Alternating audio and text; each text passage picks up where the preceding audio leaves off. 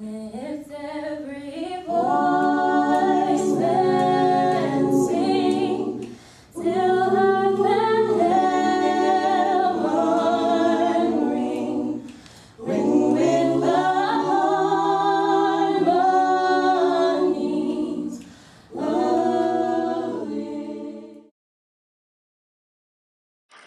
Dr. Moore, Howard Alumnus, 1999, master's degree, African Diaspora History, 2008, PhD, African Diaspora History, Latin American and Caribbean History, with the focus on the Black diaspora.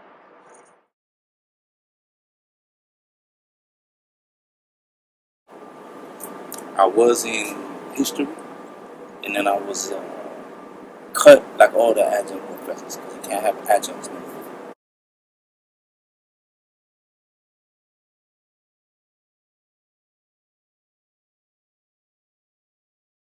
So I used to be just a Saturday or Thursday professor. I would teach Black diaspora in the history department, and then I would go teach simultaneous interpretation in world languages. That course is unique in the United States. It's only 2 universities that have that, and I'm the only one who's certified and with a PhD who teaches that course.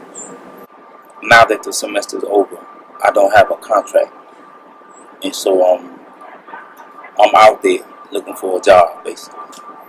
And I think what's just crazy about that is that I'm getting all of these job offers from South America and whatnot. My family's here. I want to stay here. I want to stay at Howard. Howard's where I think I'm supposed to be. That's my home base.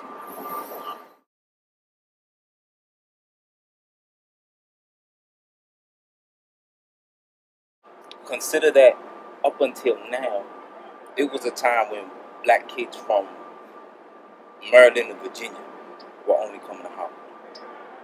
Then it expanded. Kentucky kids started to come. Jersey, Pennsylvania, Maryland, the Northeast quadrant, Southern kids started to come to Howard instead of going to local HBCUs in Georgia or North Carolina. Then Michigan and Chicago kids started to come instead of going to like Central State or Wilberforce and whatnot, right? So Howard started to become like this cosmopolitan place where you would come to get more than just an education. You would get an enlightenment, basically, as to what you're supposed to be. Howard has this shine about it. It's the epitome of black culture. It's where you generate black culture.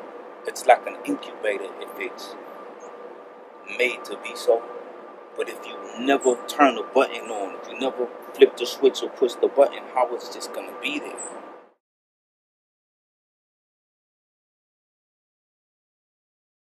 When I was here back in the 90s, history department would be full. People on the 3rd floor, everybody up there talking smack.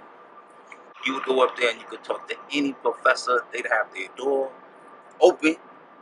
You walk in and be like, Dr. Tobler, I'm having a situation with this assignment here. Can you give me some ideas where I could go with it?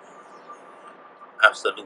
It was a level of erudition that you just don't see anymore. Now kids is like, what I gotta do to get an A?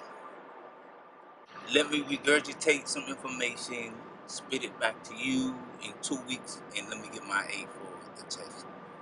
It's like a dumbing down of Howard's potential. It's damaging the product of what Howard has to offer to the world. So when someone says, oh, you went to Howard, if they're from beyond a certain time, that means something. But if it's more recent, people are like, oh, and that's what pains me the most.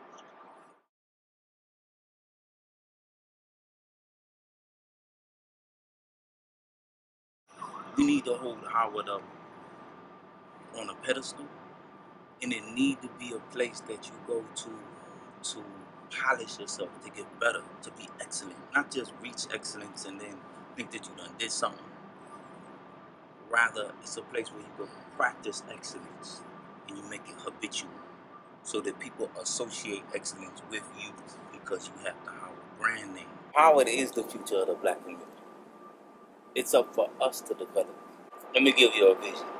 What Howard could be is the producer of the black mind all over the world.